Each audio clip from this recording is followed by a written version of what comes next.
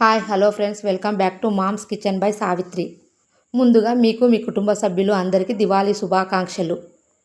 దివాళీ సందర్భంగా నేను మా ఇంట్లో చేసుకున్న కజ్జికాయలను ఏ విధంగా చేశానో చూపిస్తున్నాను. ఈ కజ్జికాయలు షుగర్ వాడకుండా బెల్లంతో చేశాను.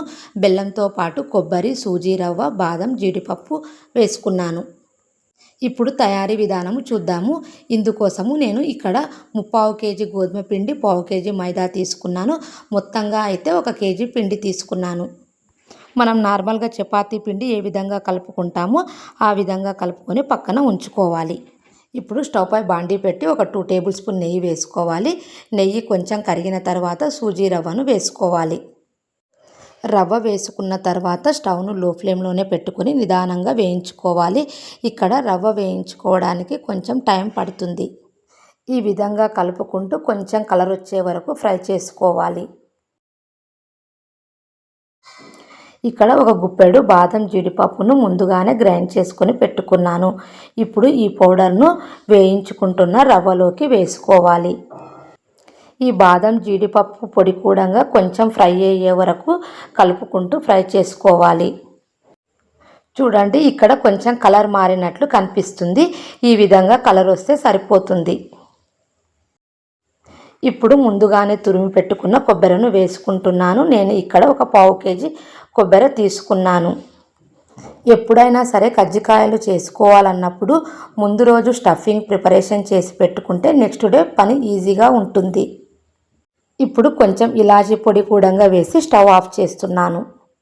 స్టవ్ ఆఫ్ చేసుకున్న తర్వాత కొద్ది కొద్దిగా బెల్లం వేసుకుంటూ బెల్లం మొత్తం కలిసే విధంగా కలుపుకోవాలి. ఇక్కడ నేను ఒక 1/2 కేజీ బెల్లమును తీసుకున్నాను. ఈ బెల్లమును కూడా ముందుగానే మిక్సీలో వేసుకొని పొడిగా చేసుకోవాలి. ఇలా ప్రిపేర్ చేసుకున్న స్టఫింగ్ను ఫ్రిడ్జ్లో స్టోర్ చేసుకొని కూడా 1 మంత్ వరకు యూజ్ చేసుకోవచ్చు.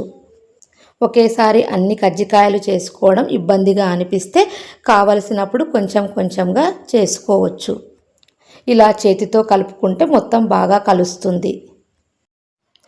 ముందుగా తడిపి పెట్టుకున్న గోధుమ పిండిని చిన్న చిన్న ఉండలుగా చేసుకొని పూరీల్లా ఒత్తుకోవాలి. ఈ విధంగా చేసుకున్న పూరీలను కజ్జికాయ చెక్కపై వేసుకోవాలి. పూరీ వేయడానికంటే ముందే కొంచెం అడుగున పొడిపిండి చల్లుకోవాలి.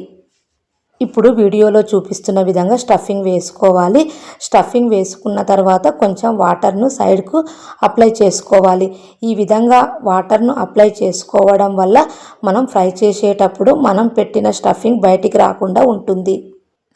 ఇప్పుడు పైనుంచి క్లోజ్ చేసి కొంచెం గట్టిగా ప్రెస్ చేయాలి. తర్వాత ఎక్స్ట్రా ఉన్న పిండిని అంతా తీసివేయాలి.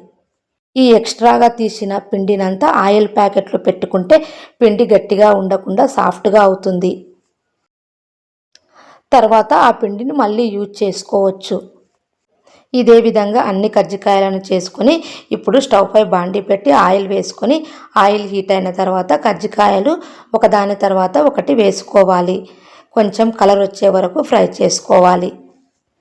ఈ విధంగా ఫ్రై చేసుకున్న కజ్జికాయలను ఒక గిన్నెలోకి తీసుకుందాము. ఇదే విధంగా మిగిలిన అన్ని కజ్జికాయలను ఫ్రై చేసుకుంటే మన కజ్జికాయలు రెడీ అయినట్లు. ఈ వీడియో మీకు నచ్చినట్లయితే లైక్ చేయండి, షేర్ చేయండి, సబ్స్క్రైబ్ చేసుకోండి. Thanks for watching.